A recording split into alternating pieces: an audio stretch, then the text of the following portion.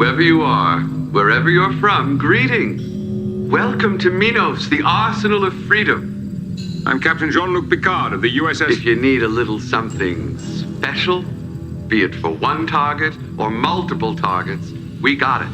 You'll see it here on Minos, where we live by the motto, peace through superior firepower. How's it going out there, everyone? This is W.F.S, and I want to talk to you today about The Next Generation, Season 1.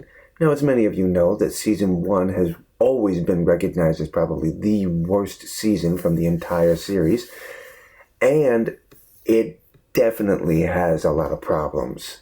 Some of the episodes feel like they were rip-offs from the original series. But the question I have for you today is, are there any episodes within Season 1 that you absolutely think were good? One of my favorites to come from this first season was the Arsenal of Freedom. That episode right there really was a good one for me. In some ways, it reminded me of Skynet from the Terminator. We have a machine on the planet that will do absolutely everything it can to prove that its product is so good, it'll even kill off anyone who gets in its way. I think that that machine resembles to me Skynet. It can't be bargained with. It can't be reasoned with. It doesn't feel pity or remorse or fear, and it absolutely will not stop, ever, until you are dead. Okay, so the Enterprise arrives at the planet Minos. They're there investigating what happened to another vessel, the Drake. And once they're down on the planet, they are pretty much attacked almost instantly by various robots, various drones. And it's just amazing to me how something so fictional as this I can see really happening. When you consider the world that we live in, we have all these drones flying around. I can just see weaponry being used like this. And at the same time, this show really, to me, demonstrates that every once in a while in Season 1, The Next Generation hit the nail right on the head with good storytelling. Arsenal of Freedom, I honestly think, for the most part, is one of the best stories to come from Season 1.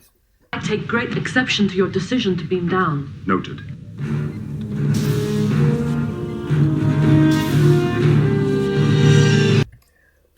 I have a question about Deanna. What the heck is her role in all this? I understand that she's the ship counselor or the psychiatrist for over 1,000 people in space. But when it comes to situations like this, where Picard has decided to beam down to the planet, suddenly she's in his face saying, I question your decision to beam down to the planet. Who are you to question the captain?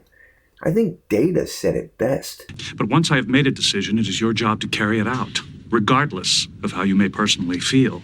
Any further objection should be given to me in private, not in front of the crew. I think Data was absolutely right. It doesn't matter what your command grade is.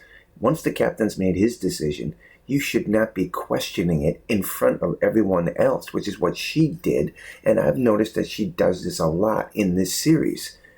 If she had a problem with him, she should have taken him aside or talked to him in the turbo lift. Otherwise, she should have just sat there and accepted the decision.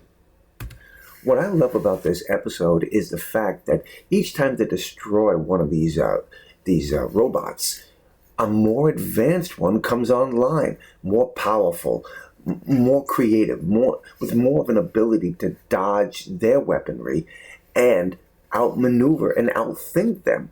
This is why I say this reminds me of Terminator so much, because it has a Skynet feel to it. From the T-800 to the T-1000, Skynet just kept on evolving the Terminators, and which is what these things are. They're constantly being evolved into a more superior machine, which eventually killed off the inhabitants of this planet. The 607 represents the state-of-the-art in dynamic, adaptive design. It learns from each encounter and improves itself.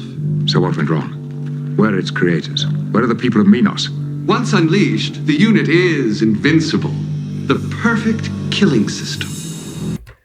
The only thing that really bothers me about the episode is not about the acting or anything, but about the people on the planet Minos. How stupid were these people? They invented a machine that killed off its creators. They made it too smart, too intelligent. And that is something I could see happening with artificial intelligence. We're just letting that stuff get out of control, I think, sometimes. And this could possibly be our future. Okay, I guess there's one other thing that I do have a problem with when it comes to this episode, and that is the ending. While I understand that LaForge is trying to prove himself to be a good officer and handle command decisions with his rookie bridge crew, the question that still needs to be asked is, back on the surface when Picard is dealing with the salesman and he gets the machine to turn off all the weapons on the planet, supposedly it's supposed to be deactivating everything, and yet this one probe is the only one that remains, the only weapon that's still attacking the Enterprise. And I'm just curious as to how come this is the only one that still remained in operation. Now, as I said before, I get it. It has to do with plot, and we have LaForge trying to prove himself to be a worthy commander, and at the same time, what kind of a good teacher he would be. And I get that. This is a plot development that needed to happen. But it still is an interesting question to ask. Why didn't this weapon turn off with the rest of them? As I said at the beginning of the video, I believe Arsenal of Freedom is one of those episodes from Season 1 that was really good. And I know that some of you out there are going to have your own personal favorites. I would love to know what they are and what you think of them. And honestly, from the first season, I would love to know what you think of the worst episodes. I really would. So please, drop those comments below and let me know. And until the next time, God bless.